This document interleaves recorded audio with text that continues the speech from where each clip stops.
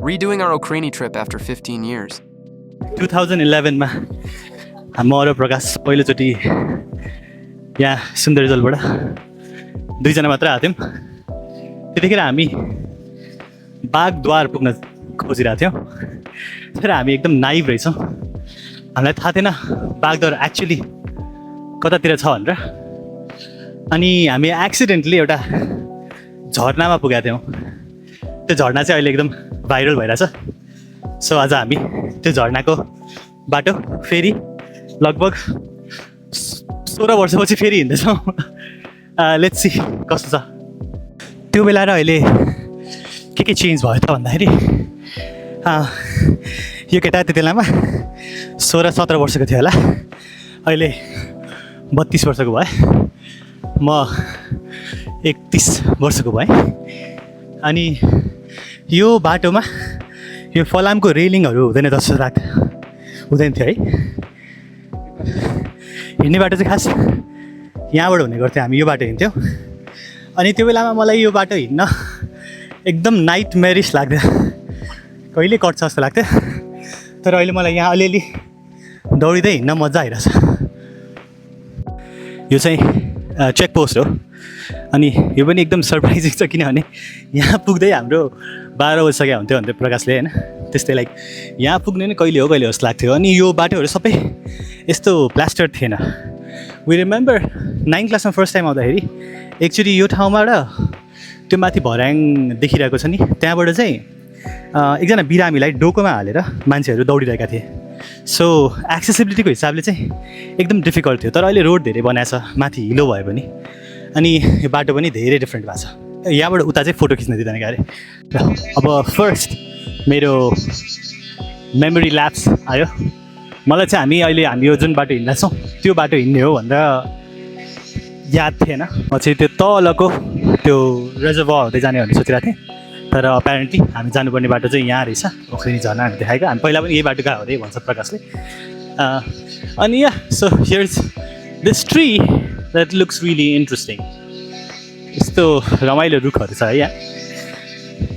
It makes you think, पहिला हामी सानो बेलामा हिँड्दाखेरि चाहिँ हाम्रो दिमागले यो कति धेरै कुराहरू, मेरो दिमागले पर्टिकुलरली मिस आउट गराएर रहेछ। अनि त्यो ओभरअल स्टोरी चाहिँ याद छ होइन, तर सानो डिटेल्सहरू चाहिँ बिर्सिँदै गएको रहेछ।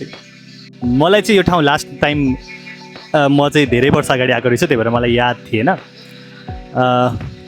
अब यहाँ अलिकति माथि गइसकेपछि हाम्रो केही कोर मेमोरिजहरू ट्रिगर हुने ठाउँ आउँछ हाम्रो साथीहरूसँगको। तर पहिले चाहिँ हामी यो खोला तरेरै आउनु पर्थ्यो। अहिले यो खोला अलिक ठुलो छ। अहिले चाहिँ आज चाहिँ हामी यो पुल क्रस गरेर आयौँ। हामीले एउटा जुगाड काम गऱ्यौँ। साथीलाई बिहानदेखि केही नखाइकन आएको छ। ओख्रेनीको लगभग आधी बाटो आइपुग्यौँ हामी। अनि यहाँ यो गाडी रोकिरहेको छ, बिग्रेर के हो, दुध एक पोका किनिदियो उसले। अब हामीहरू एकछिनमा चिया बनाएर खानेवाला छौँ। यहाँ अर्को गाडी रोकिरहेको छ। हामी किन हिँड्छौँ भने हिँड्दै गर्दाखेरि कहिलेकाहीँ हामी यस्तो ठाउँहरूमा पुग्छौँ। त्यो दुईवटा डाँडाको खोजको पछाडि परतिर काठमाडौँ छ। यस, यहाँबाट अझै राम्रो देख्दो रहेछ। हाम्रो यात्रा यतातिर छ। आज पानी दिउँसोतिर पर्न थाल्छ भन्ने वेदर फोरकास्टको स्टेटमेन्ट थियो। होपफुली त्यसै हुन्छ। अनि पानी पर्नुभन्दा अगाडि नै हामी फर्किन्छौँ र केही राम्रो हरियो डाँडाहरू देखिरहन सक्छौँ। You gets even better.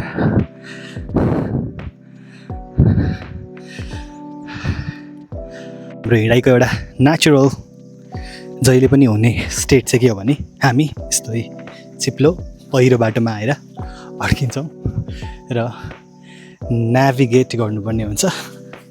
अहिले पनि हामी बगेको बाटो आयौँ र मूल बाटो यसरी नै पुग्न खोज्दैछौँ। यस्तो खाले एडभेन्चर चाहिँ रेकमेन्ड गर्दैनौँ है हामी इन्डोर्स गर्दैनौँ। Although we end up doing this very often. ओख्रेनी गाउँमा आइपुगेर रेस्ट गर्दैछौँ हामी।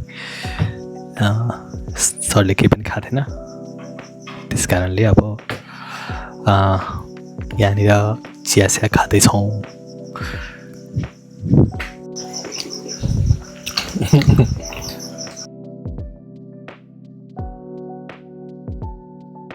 आजभन्दा 15-16 वर्ष अगाडि आउँदाखेरि यो गुम्बाहरू चाहिँ थिएन।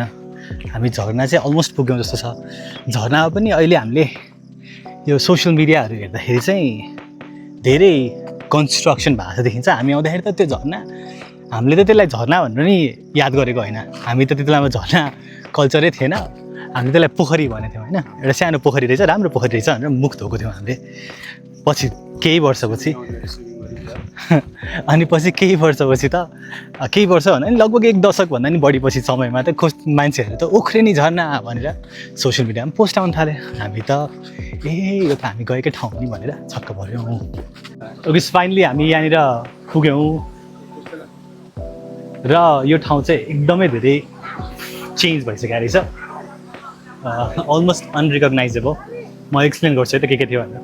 यहाँ यो ढुङ्गाले छापेको यो प्लास्टर बाटो त परको कुरा। प्लास्टर यतातिर अलिकति थियो कि जस्तो लाग्छ। यहाँनिर एउटा धारा थियो, त्यो धारा छैन र यो पुरै ढुङ्गा मात्र नेचुरली ढुङ्गाले छाएको नेचुरल पुल जस्तो देखिन्थ्यो त्यो बेलामा चाहिँ। तर अहिले चाहिँ यहाँनिर धेरै फिचर्सहरू एड भन्छन्। यहाँ चिया पकाएर खान लाग्यो आज।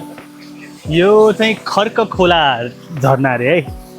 फाइनली हामीले किनेको दुधको प्याकेटको काम आउँछ जस्तो छ। अब हाम्रो सर प्रकाश सर चाहिँ एकदम इन्फेमस हुनुहुन्छ। हाम्रो स्कुलमा विद्यार्थीहरूले चाहिँ सर तपाईँ यहीँ चिया पकाइदिनु न भन्छन् है। कतै हामी घुम्न गयौँ भने पनि ल सर हामी तपाईँलाई घाँस दिन्छौँ यहीँ चिया पकाइदिनु भन्छन् होइन। आफू लडियो भने चाहिँ टेन्सन यहाँ हेरौँ न कस्तो ठाउँमा उभिएको छु म। के भयो अरे भन्दाखेरि प्रकाश सरले चाहिँ अब चिया छान्ने ल्याउन बिर्सिनु भयो। छान्ने बिर्सिनु त नर्मल हो हाम्रो लागि। हामीले चिया खान जाँदाखेरि चियापत्ती चिनी दुध सबै बिर्सेर पनि पुगेका छौँ एक दिन। यहाँ चाहिँ अब एकदमै शीतल छ। अघि उतापट्टिको झरनामा बसेर पनि हुन्छ, त्यहाँ चाहिँ अलिक धेरै मान्छेहरू हुनुहुँदो रहेछ। हर्क खोला झरना चिया पसलमा स्वागत छ। हाम्रो यसको युएसपी युनिक सेलिङ पोइन्ट चाहिँ के हो भने हामी यो जहाँ पनि पुग्न सक्छौँ। र आज चाहिँ हाम्रो सेफ चाहिँ पानीमा डुबेर चिया बनाइरहनु भएको छ। यो प्रिमस हाम्रो फायर मेपल रहेछ। हाम्रो सकिन ला जस्तो लाग्यो। र यसमा हामीले बोनसको रूपमा चाहिँ हाम्रो चिया पारखीहरूलाई चियापत्ती पनि आउँछ कपभित्रै। चिया कस्तो लाग्यो सर? मिठो छ। चिया मिठो छ क्या साँच्चीकै। अनि के अर्को कुरा के भने शीतल भयो भने चाहिँ चियाको मजै अर्कै हो नि क्या। पानी पनि चिसो रहेछ। खुट्टै तेरो त्यहाँ रगत आएको छ खुट्टामा। जुकाले टोकेर जुकाको सिजन सुरु भयो। अलिअलि जुकाले नटोकी त बाहिर गएको जस्तै लाग्दैन। मेरो खुट्टा बल्ल युज टु भयो पानीमा। के अरे? मेरो खुट्टा बल्ल युज टु भयो कि पानीमा। त्यो चिसोलाई अब बेयर गर्न थालेँ। अघि एकछिनसम्म त राख्नै सकिरहेको थिएँ।